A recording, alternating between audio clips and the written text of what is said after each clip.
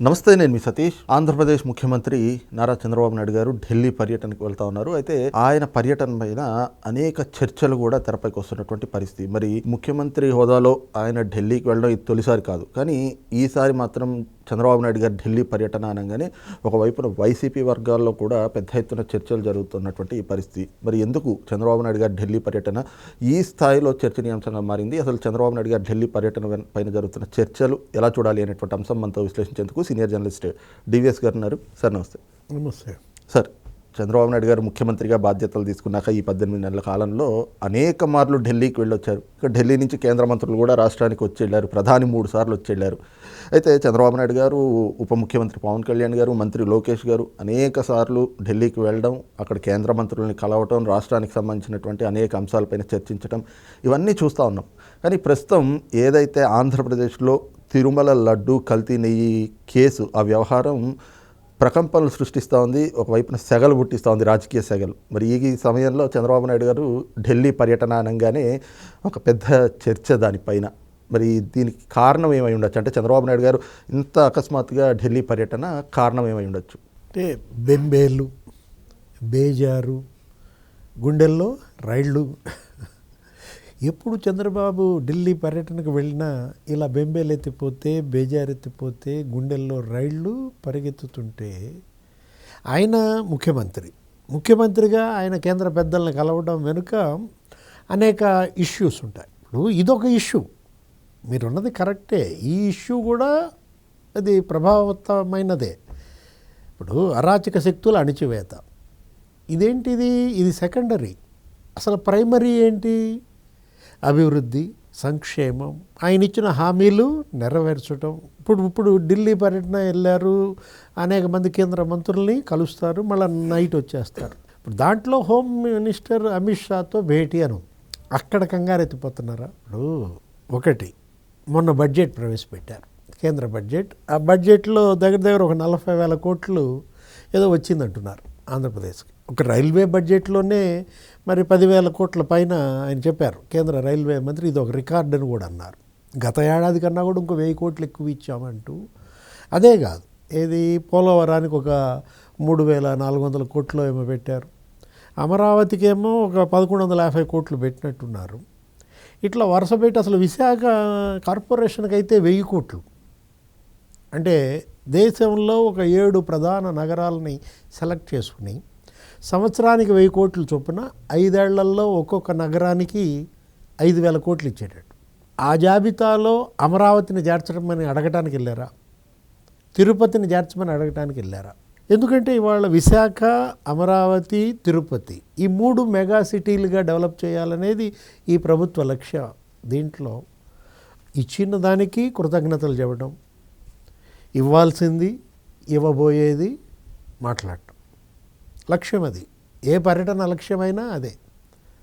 కాకపోతే మనం ఇక్కడ తీసుకున్నట్లయితే కేంద్ర ప్రభుత్వం మనం చూసాం ఏంటి, విభజన చట్టంలో హామీలు, వాటి దిశగా ఇవాళ మళ్ళా కసరత్తు చేయాలి. వెనుకబడిన జిల్లాలకి ఇంకా సంక్షేమ నిధులు అందాలి. అసలు వెనుకబడిన ప్యాకేజీ ఒకటి రావాలి బుందేల్ఖండ్ తరహాలో.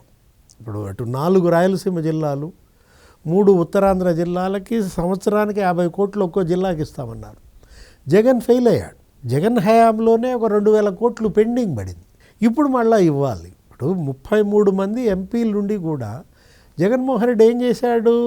రాష్ట్ర ప్రయోజనాలు గాలి కొదిలేసి అతని సొంత ప్రయోజనాలు, జగన్ కేసులు, వాళ్ళ తమ్ముడు కేసులు, ఆ పార్ట్నర్ కేసులు, వాటిల్లో నుంచి బయటేయటం కోసం ఈ 33 మంది ఎంపీలని తాకట్టు పెట్టాడు. ఇక్కడ ఇప్పుడు కట్టడి చేయటం ముఖ్యం. ఇప్పుడు అరాచక శక్తుల్ని కట్టడి చేయకపోతే ఈ అభివృద్ధి నిలబడదు. డెవలప్మెంట్ ఇవాళ ప్రజలు ఏంటి చేయమనే కోరేది, వీళ్ళని తెచ్చుకున్నది అదే. 3 అంశాల ప్రాతిపదికన ఆంధ్రప్రదేశ్ ప్రజలు ఇవాళ డబుల్ ఇంజన్ సర్కార్ తెచ్చుకున్నారు. అటు కేంద్రంలో మోడీ 3.0, ఇక్కడ చంద్రబాబు 4.0 వచ్చాయంటే బలమైన వాళ్ళ ఆకాంక్ష ఏంటి? అటు అభివృద్ధి చెయ్యండి. ఆంధ్రప్రదేశ్ ఇవాళ 30 ఏళ్ళు వెనక్కెళ్ళింది జగన్ పాలనలో. ముందు ఏది, ఇవాళ అమరావతి నిర్మాణం జరగాలి, పోలవరం కంప్లీట్ అవ్వాలి. ఎందుకంటే పోలవరం విభజన హామీ, జాతీయ ప్రాజెక్టుగా పోలవరాన్ని చేసిన దీంట్లో ఇప్పుడు గోదావరి పుష్కరాల్లోపు పోలవరం కంప్లీట్ చేయాలని వాళ్ళు లక్ష్యంగా పెట్టుకున్నారు. గత బడ్జెట్లో మనం చూసాం 12,500 కోట్లు ఏమి ఇచ్చారు. దాంట్లో కొంత మిగిలింది, ఇంకా ఖర్చు పెట్టలేదు. ఆ మిగిలింది ఈ పొద్దులో చూపించారు. ఎంత ఖర్చు పెడితే అంత ఇస్తామని వాళ్ళ కేంద్రం ముందుకు వచ్చిన దీంట్లో ఈ రెండే కాదు, మొన్న క్వాంటమ్ వ్యాలీకి శంకుస్థాపన చేశారు. జితేంద్ర సింగ్ వచ్చి అమరావతిలో ముఖ్యమంత్రి, ఆయన సంయుక్తంగా శంకుస్థాపన క్వాంటమ్ వ్యాలీ. రేపు బిల్ గేట్స్ వస్తున్నాడు, ఇప్పుడు 16వ తారీఖు. ఆ బిల్ గేట్స్ ఏంటి, ఇప్పుడు ఆ క్వాంటమ్ వ్యాలీలో వాళ్ళ క్వాంటమ్ కంప్యూటర్ సెంటర్ ఉంది మైక్రోసాఫ్ట్. దానికి ఒక 4,000 చదరపు అడుగులు కూడా స్థలం కూడా కేటాయింపు కంప్లీట్ అయింది. దానిలో వీళ్ళు ఎంత పెట్టుబడి పెడతారు, ఇటు అగ్రికల్చర్, ఇటు ఎడ్యుకేషన్, మెడికల్ అండ్ హెల్త్లో కూడా ఇవాళ మైక్రోసాఫ్ట్, ఆంధ్రప్రదేశ్ ప్రభుత్వం కలిసి పనిచేస్తున్న దీంట్లో. ఇవే కాదు, లాస్ట్ బడ్జెట్లో మోడీ క్యాబినెట్ ఏం చేసిందంటే ఒక సెమీ కండక్టర్స్ ప్లాంట్స్ 2 పెట్టడానికి ఆమోదం చెప్పింది. ఏది 15,000 కోట్లు, అటు జపాన్ ఇటు కొరియా, ఇక్కడ కొప్పర్తి, ఓర్వకల్లు, ఇక్కడ ఈ నోడ్స్ దగ్గర ఆ సెమీ కండక్టర్స్ దాంట్లో ఈ బడ్జెట్లో దానికి 40,000 కోట్లు పెట్టారు. అత్యధిక మొత్తం ఏపీకి రాబట్టుకోవడం. పూర్వోదయ అని ఒక స్కీమ్ పెట్టారు. అదేంటి ఆ Purvodaya, east coastal corridor development. ఆ పూర్వోదయ దాంట్లో దానికి కూడా 40,000 కోట్లు ఖర్చు పెట్టారు బడ్జెట్. అత్యధిక మొత్తం ఆంధ్రప్రదేశ్కు రాబట్టి ఇప్పుడు ఆ ఉత్తరాంధ్ర సుజల స్రవంతి, ఆ మహేంద్ర తనయ, అట్లాగే ఈ ఆంధ్రీ నీవా, లేకపోతే గాలేరు నగరి, అసలు ఇదొకటి ఉంది, ఈ పోలవరం, ఆ నల్లమల సాగర్ అనుసంధానం. వీటన్నిటికీ నిధులు తెచ్చుకోవడం ఒక ఎత్తు. మనం అనుకున్నది అదే, జగన్ని కట్టడి ఎలా చేయాలి. ఇప్పుడు కల్తీ మద్యం కేసు 16 మంది అరెస్ట్ అయ్యారు. అదే మద్యం కుంభకోణంలో అసలు పెద్దిరెడ్డి మిథున్ రెడ్డి అరెస్ట్ అయ్యాడు, చెవిరెడ్డి భాస్కర్ రెడ్డి అరెస్ట్ అయ్యాడు. అప్పటి సీఎంఓ దోషిగా తెలియదు.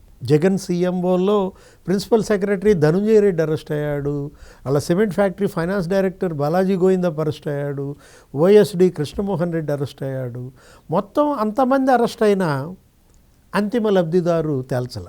అక్కడ దాకా వెళ్ళలేదు సిట్టు కూడా. మరి ఇది ఇప్పుడు కొత్తగా మనం చూసాం, తిరుమల తిరుపతి మహాప్రసాదం లడ్డు నెయ్యి కల్తీ అసలు జాతీయంగా బగ్గుమంటాం. మొత్తం హిందూ సమాజం, అసలు స్వామీజీలు, పీఠాధిపతులు, భక్తులు, అసలు ఎందుకు నేషనల్ మీడియా గగ్గోలు పెడతాం.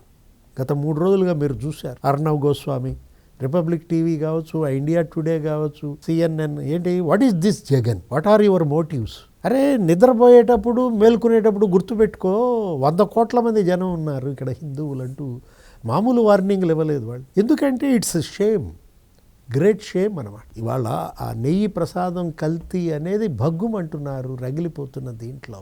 వీటన్నిటిలో కూడా అక్కడ అరెస్టులు కూడా ఏం జరిగాయి, ఒక 8 మంది అరెస్ట్ చేశారు. అధికారులను బలి చేశారు. అధికారులను బలి చేసి అధికారులతో ఆ నిర్ణయాలకు కారకులైనటువంటి ఆ పాలక మండలి, బోర్డు చైర్మన్ సుబ్బారెడ్డి, వాళ్ళ జోలికి వెళ్లకుండా వీళ్ళంతా ఏముంది పావులే కదా. ఇప్పుడు 3పై వెయిట్ వేయమని ఒక నివేదిక ఇచ్చింది సిట్. ఆ ఛార్జ్ షీట్ని కోర్టులో ప్రొడ్యూస్ చేస్తూ అనిల్ సింఘాల్ను, మరి ధర్మారెడ్డి, బాలాజీ మీద. అంతటితో అయిపోయిందా? అక్కడ కూడా సుబ్బారెడ్డిని టచ్ చేయలేదు. అంతిమ లబ్ధిదారు ఎవరో తేల్చలేదు.